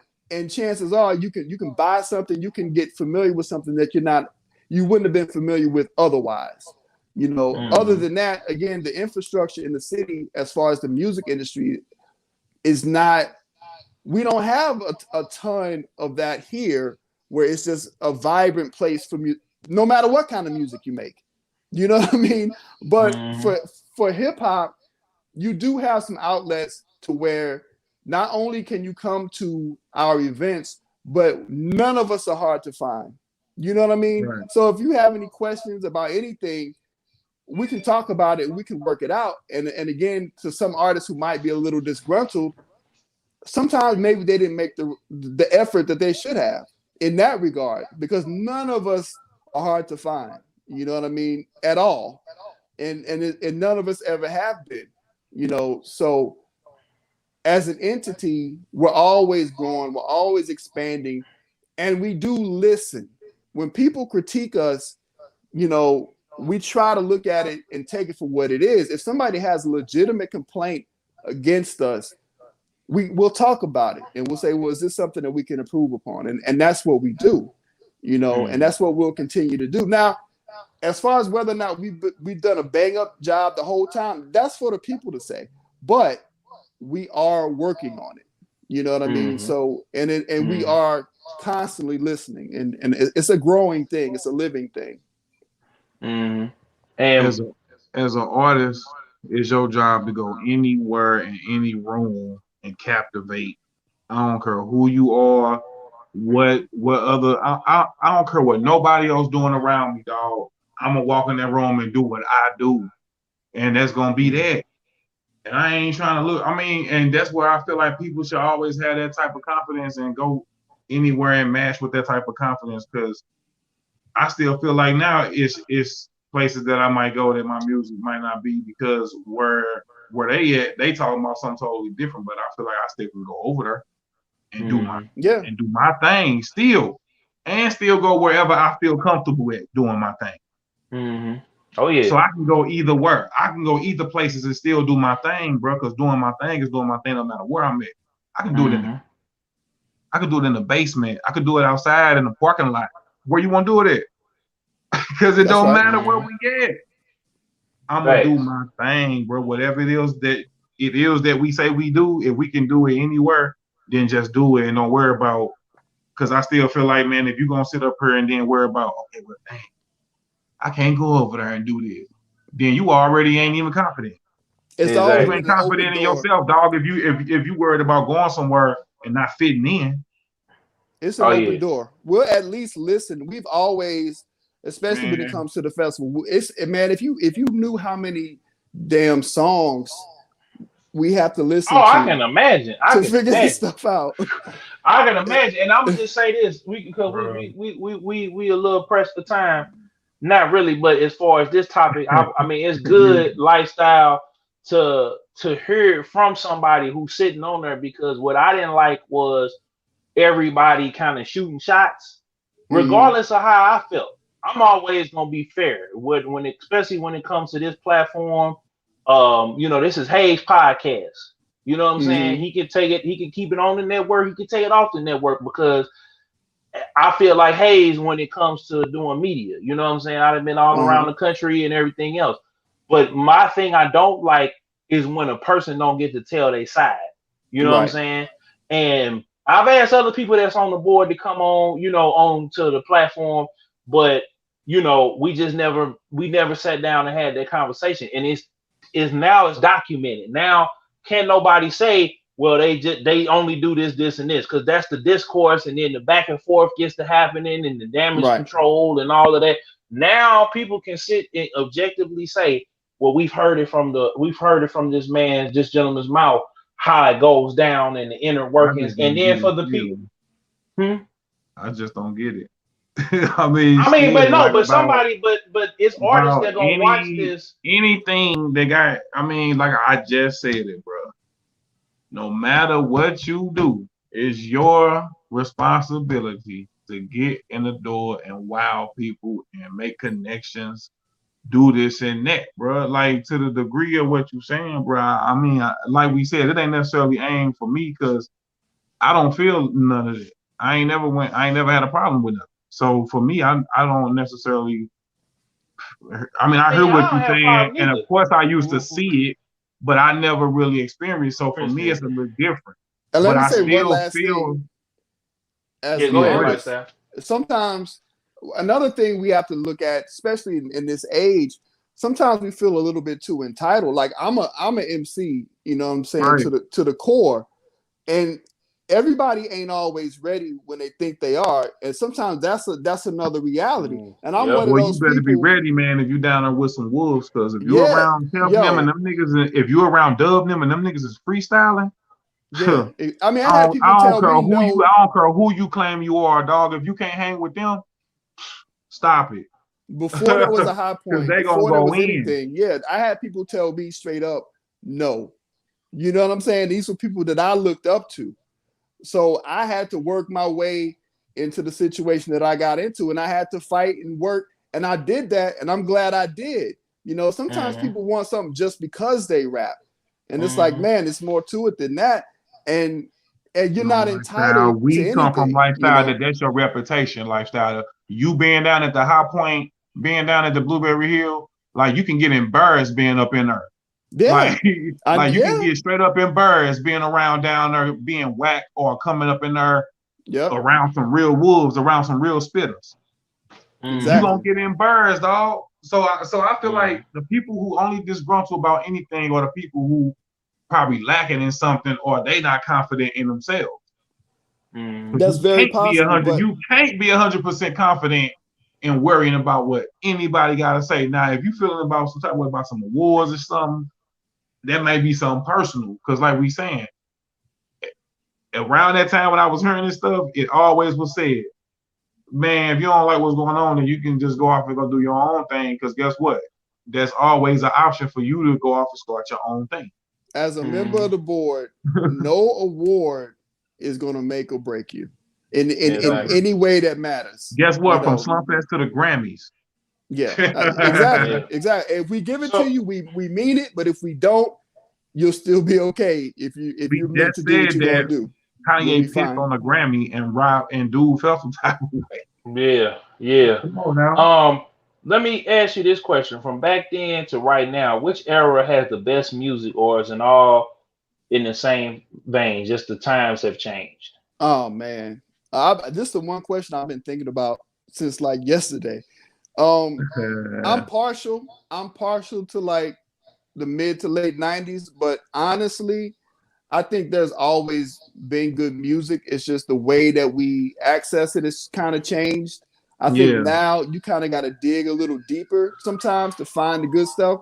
But there's always great music being made, man. I think it was more in our face. Again, I'm partial to the mid to late '90s I'm because partial. it was easier to get to it, you know. But I think there's great music being made right now. You know, we just got to point people in the right direction and dig for it. Okay. All right. What you Mm. think, Hayes? I'm gonna definitely have to say maybe when Tupac was alive, like around that era, 95, 4, 3 on back. That's my era when I was in middle school and stuff like that. Of course, we had the Ja Rule and stuff like that, 50 Cent. It was a lot of people that was out, like real heavy hitters. Like it wasn't no play out. Everybody sounded different. Everybody was their own entity. It wasn't nothing that sounded the same with everything. But for me, the music I love and listen to, it come from the golden age of hip hop. Like me and Lifestyle got a song called Golden Age, bro. Yep, yep, yep. That sample Black Moon. That song, who got the props, was a song that I actually remember like hearing on the radio at that age. You know what I'm saying? Oh, We lost my we boy lost. again. We lost them, but we gonna go ahead and hit another commercial break, man. Um, Beats and Bits podcast Yep. Friday Shout at out to 9 everybody tapped p.m. in too, because they going Yes, in, sir. man. Hit I'm me up, little shawty, hit me up. Hit me up, little shawty, hit me up. Hit me up, little shawty, hit me up. Hit me up, little shawty, hit me up. All right, and we back. So I gotta fix that too, y'all. Friday, 9 p.m. Central Time. But we back. Okay, Um, so that Black Moon song came out in '93. So that Yeah. goes, you know what I'm saying, like right there. mhm. So I feel I'm 6 years old listening to that. 7 years, you know what I'm saying? But I remember that sound and shout out to DJ Smitty once again, man. And Yes, I think sir. me and him just had a conversation about it. Like, yeah, bro, I remember the song. Next thing I know, he came with the beat. Like That's he dope. flipped it, he remixed it, boom. But yeah, man. But that for me though, that's that era of hip hop. But like I said earlier, I listen to all music though. I listen to Lil Durk. I listen to all of it. Yeah, that's Lil what's up, Baby. man. But I also go back and I listen to, everything else from the hip hop to the R&B to jazz to just whatever I think feel good. I'm not just in one lane or just stuck in one thing. Right. That's mhm. what's up, man. So I encourage everybody else and my kids like kind of do the same thing. Me, I agree that it's great music. I feel like the popular music has kind of taken over, and there's music that's great out there. It's just like lifestyle said, you have to dig deep. You have to get outside your musical comfort zone. You have to challenge yourself to get out of the musical pattern. Because I get into them slumps where I listen to like hip hop a lot and I'll download a lot of hip hop and then I'll delete it and I'll listen to gospel. I'll Yeah. delete that and listen to rock. You know what I'm Mhm. saying? Or I'll keep certain stuff into my playlist or my rotation. You know what Yep. I'm saying? But at the same time, I'm always looking for something new to listen to. I'm always looking for something different to put in my ear gate because you got different people's stories, you got different time periods, you got different eras. um, and I grew up in a household, gospel, jazz, R&B, Mhm. Hmm. oldies. You know what I'm saying? So those are the things that influenced me. And Yeah. pop music. I was in a suburban community a third of my life, New Jersey. Rest in peace to my aunt and uncle. And I Mhm. would hear mostly pop hits. So it's a lot of I like a lot of pop music as well. Yeah. Um, my next question as far as you know um well, the next topic really is why D riding your way to the top is not a form Yeah. of transportation for folks Mhm. like Folks me and you. Mhm. like us. Yeah.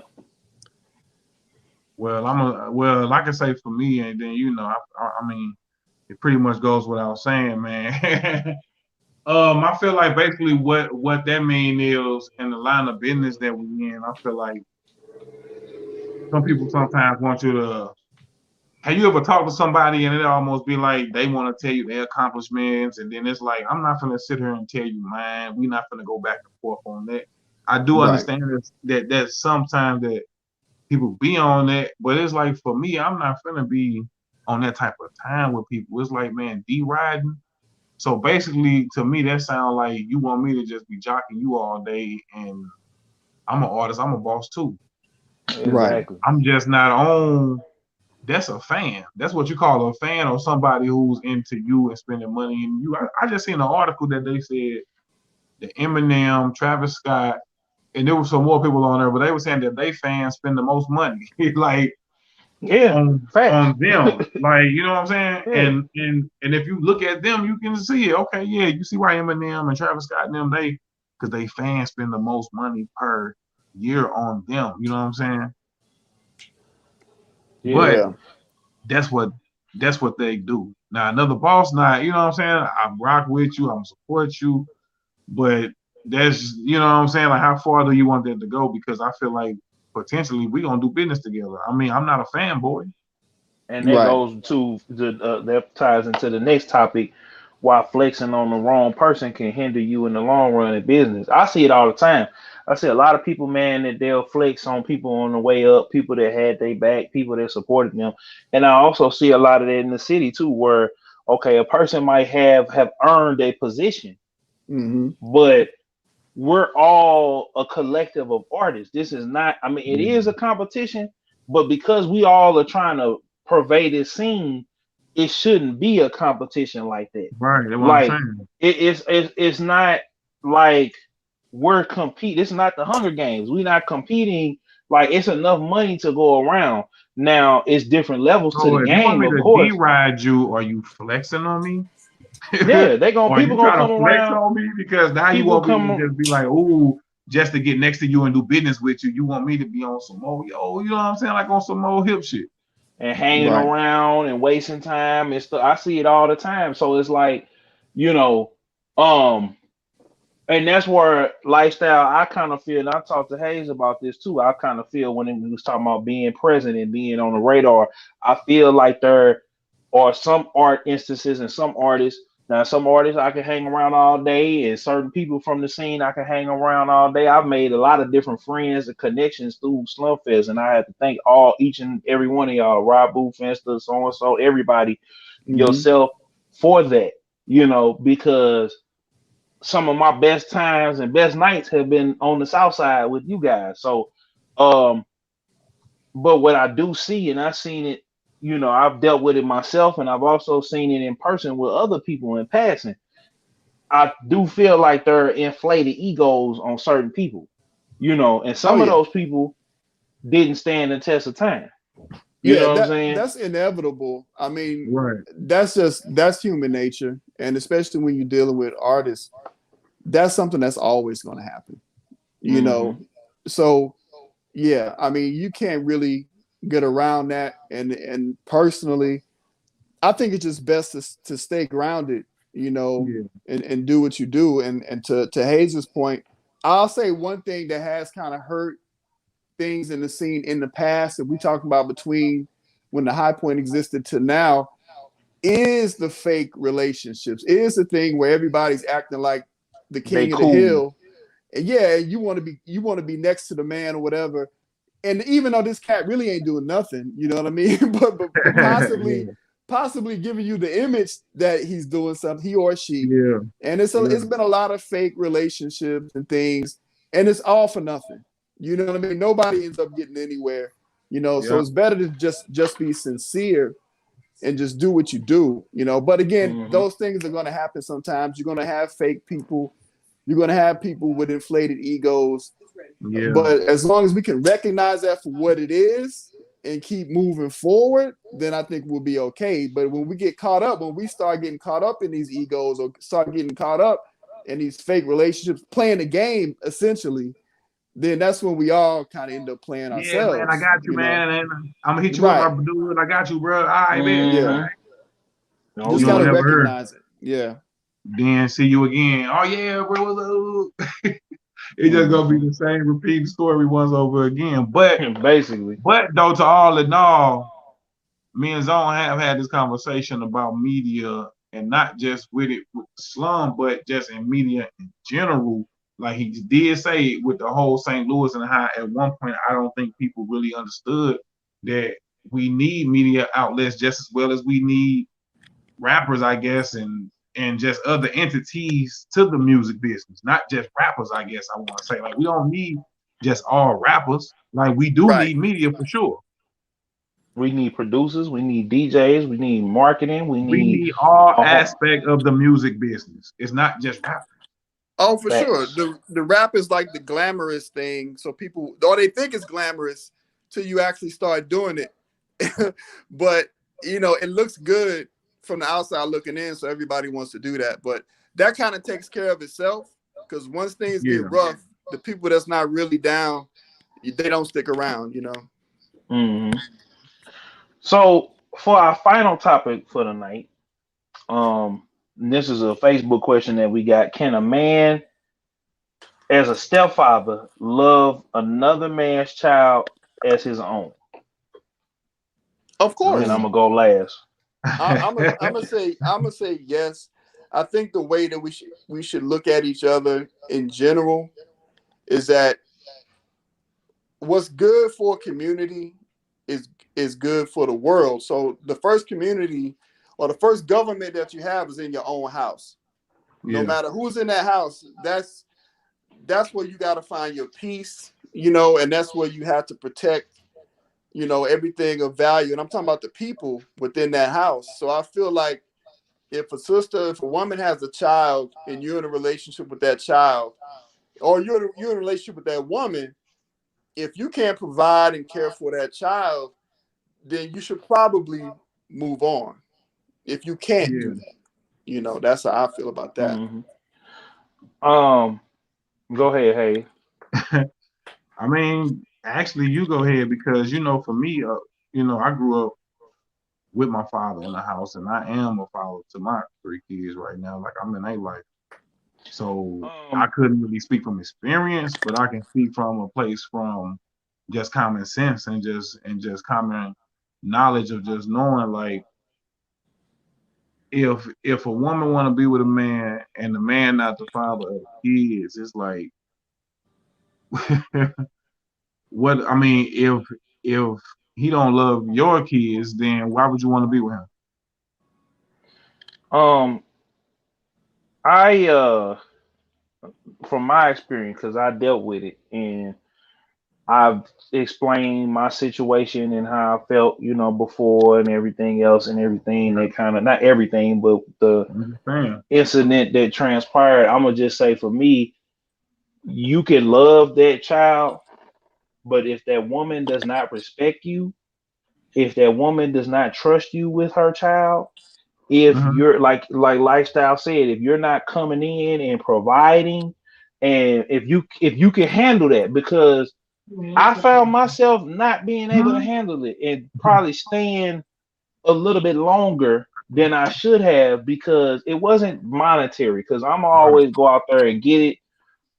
I was raised, in a single parent household, so I didn't really have that judgment. For a long time, I did, but as I got older, I understood. I said, man, if I had somebody, but you can't project that feeling too, that they should be appreciative because they can feel like, well, I've been doing this, I just need you to be here. I feel like a lot of times when people talk about this stepfather thing, it's different roles that you have to be in. You may only be there for the woman. She may need you to help with the bills, but then that creates a problem within you because if you're ready to have children, if you don't have children, or if you have other children, then I mean I think it's easier if you have other children because then you kind of have to have come to a happy medium. But if you don't have children, it's probably better for you just to stay away. You could date this woman, you can have a good time and hang out with her, but as far as taking her seriously, like I don't think unless that woman, like I said, she has to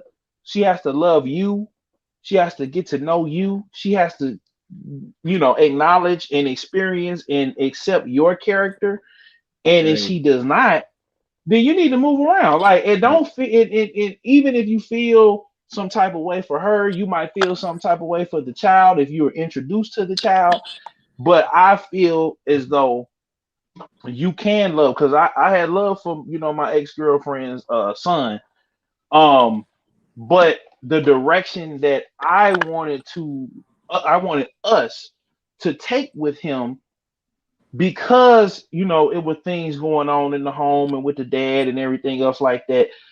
It was a direction that needed to be executed to yeah, kind of course correct some of those things. But when you're dealing with somebody else's child, you can't necessarily project those things because it's going to come off as criticism. especially It's going though to if the come father off. though is in the child life though. I mean, but that's what I'm saying. Like most Like of the the time, they're father not. just not with the mother, but he's still around. No, Just but being in a child's life is varying levels and degrees. Just like we were just talking about being an MC or being whatever, it's levels and degrees. A lot of these guys aren't in their child's life. They might be there physically, but they're not there emotionally.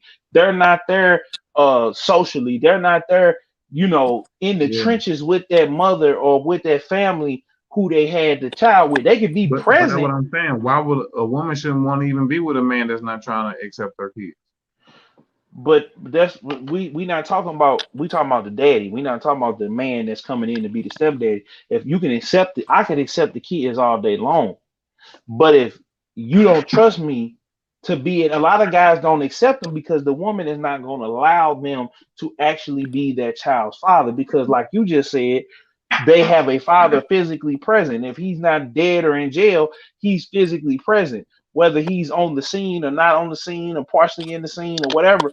A lot of women nowadays, from my experience, looking online, talking to different women, They want you to come in, help them raise the child monetarily, and y'all together. You know what I'm saying?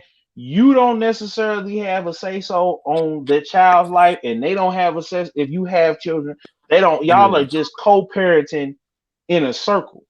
So it's best for a lot of brothers, because I done been through it. I didn't the experience. Probably had the worst experience. Not saying that it was bad all the way through, or not trying to throw the sister under the bus or the But it child wasn't under the your bus. child though. But Exactly. But my point is this. I'm trying to get exactly, hey, but I'm trying to get to the point. The point is, if you can love the child, but if you can't parent that child the way that you see fit, if you and that person that you with can't parent those children, it's gonna all be for naught. It's gonna all be a waste of time, because you're gonna either feel inadequate as this woman's man and as a father or stepfather, or they're not going to trust you to be with this person.